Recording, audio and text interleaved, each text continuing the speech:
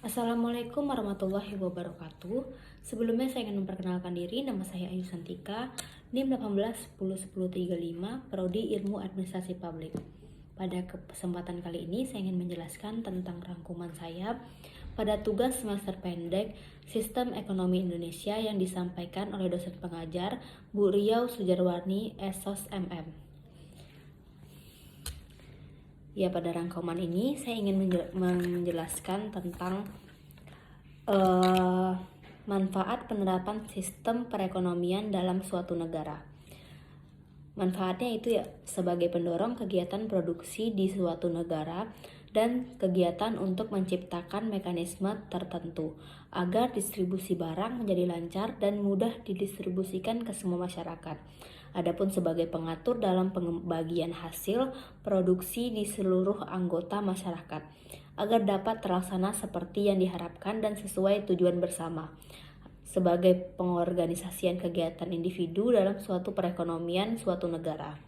Adapun negara yang termasuk ke dalam ideologi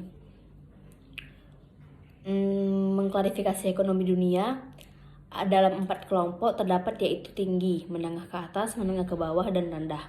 Klarifikasi yang diperbarui tiap tahun per 1 Juli tersebut dikategorikan berdasarkan pendapatan nasional bruto GNI per kapita dalam dolar AS dan dihitung menggunakan metode Atlas Bank Dunia. Klarifikasi ekonomi negara ditentukan oleh 2 faktor, yaitu GNI per kapita suatu negara yang didapat perubahan dengan pertumbuhan ekonomi, inflasi, nilai ukur, dan populasi, serta faktor ambang klarifikasi yang disesuaikan dengan inflasi setiap tahunnya menggunakan deflator SDR. Dan di sini juga saya menjelaskan tentang contoh penerapan ekonomi Pancasila pada setiap silanya.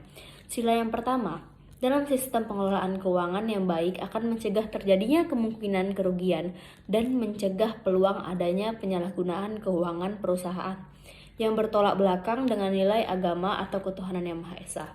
Pada sila kedua, yaitu memberikan upah dan fasilitas pegawai sesuai dengan tingkat performanya, tanggung jawab, serta resiko yang diberikan pada perusahaan pun merupakan bentuk penerapan dari nilai kemanusiaan dan yang adil dan beradab.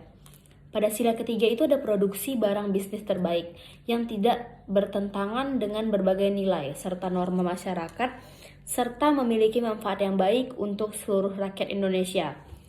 Merupakan suatu bentuk dari sila ketiga dengan memproduksi barang yang baik dan bermanfaat untuk banyak orang. Maka kita memiliki harapan bahwa produksi tersebut mampu digunakan dan tidak menyebabkan masalah ketika dimanfaatkan. Pada sila keempat, dengan adanya sistem kebersamaan dan juga musyawarah, perusahaan dalam hal memutuskan segala bentuk masalah yang berkaitan dengan usaha merupakan bentuk dari sila keempat yang lebih mengutamakan adanya permusyawaratan. Pada sila kelima, yaitu terjadinya proses yang baik dan produk yang mampu digunakan oleh banyak pihak akan menimbulkan pemerataan pemasaran atas barang hasil usaha, merupakan penerapan dari sila keadilan bagi seluruh rakyat Indonesia, yaitu contoh penerapan ekonomi Pancasila. Adapun di sini contoh unsur masing-masing kebijakan ekonomi.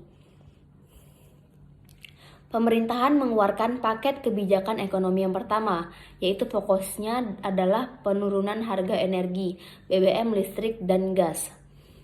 Perluasan wirausahaan penerima KUR dan penyederhanaan izin pertanahan dalam kegiatan penanaman modal.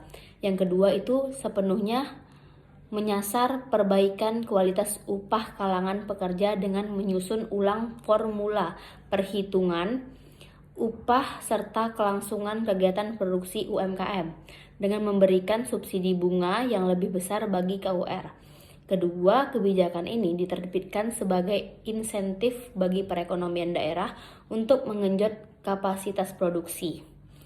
Adapun kebijakan tentang sirkuit Mandalika, perkembangan Mandalika akan terus berlangsung hingga 2040.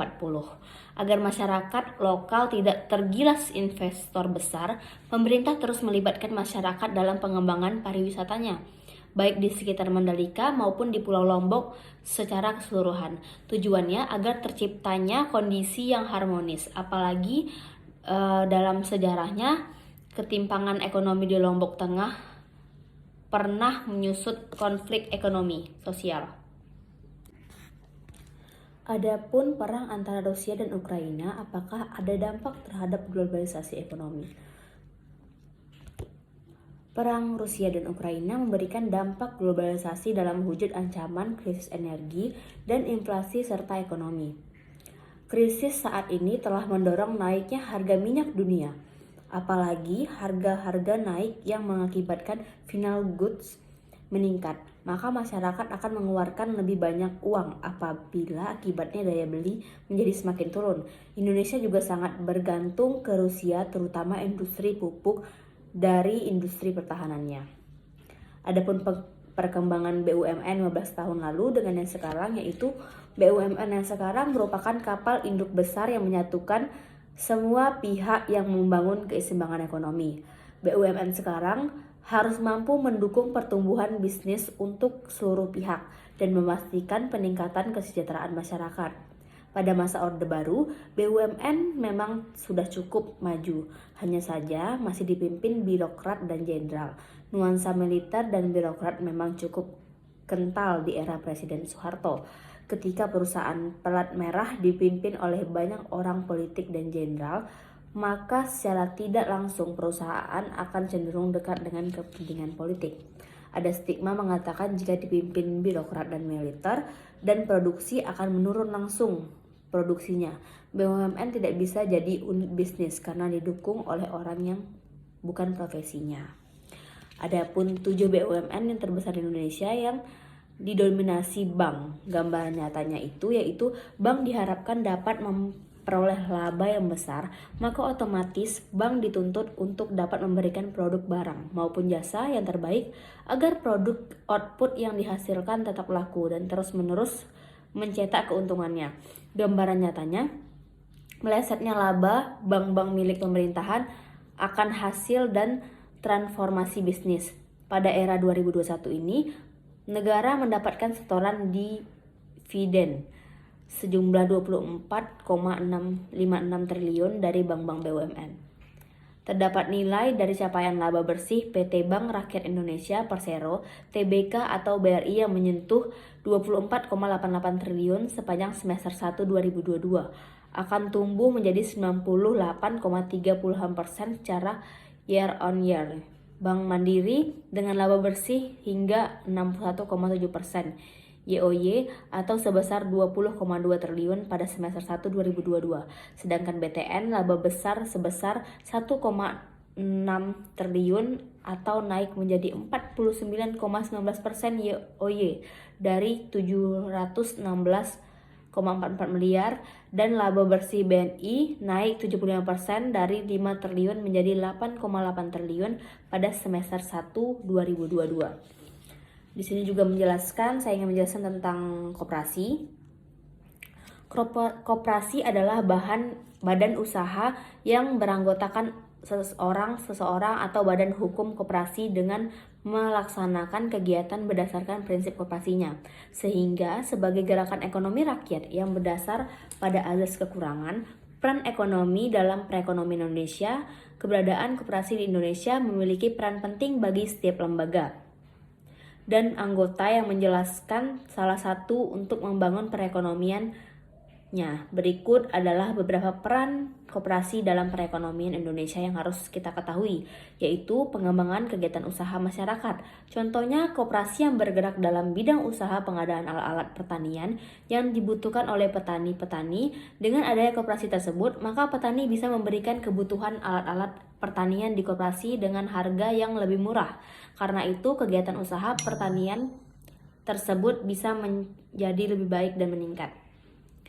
Pembangunan tataannya juga perekonomian nasional, perekonomian ekonomi sebagai salah satu urat nadi perekonomian bangsa dan dikembangkan oleh pemerintahan. Perlu dikembangkan bersama kegiatan usaha, kegiatan lainnya dengan memberdayakan perekonomian atau koperasi berarti juga dapat memperdayakan masyarakat yang ada pada akhirnya akan mampu memperdayakan perekonomian masyarakat nasional. Di sini ada juga contoh penerapan Esraf, yaitu ada digital marketing. Jadi media sosial semakin banyak yang bermunculan, semua golongan baik menengah ataupun ke bawah, menengah ke atas dan dari segala usia menggunakan media sosial seperti Twitter, Facebook, Instagram, hingga TikTok. Kini semua media sosial itu tidak lagi hanya untuk sekedar mencari hiburan semata, tetapi juga bisa kamu manfaatkan untuk media pemasaran. Maka, tidak heran jika munculnya industri baru yang bergerak di bidang digital marketing. Di industri ini, semua hal yang berbau konten untuk vlog atau media sosial akan ditandatangani. Jadi sekian rangkuman dari saya. Wassalamualaikum warahmatullahi wabarakatuh.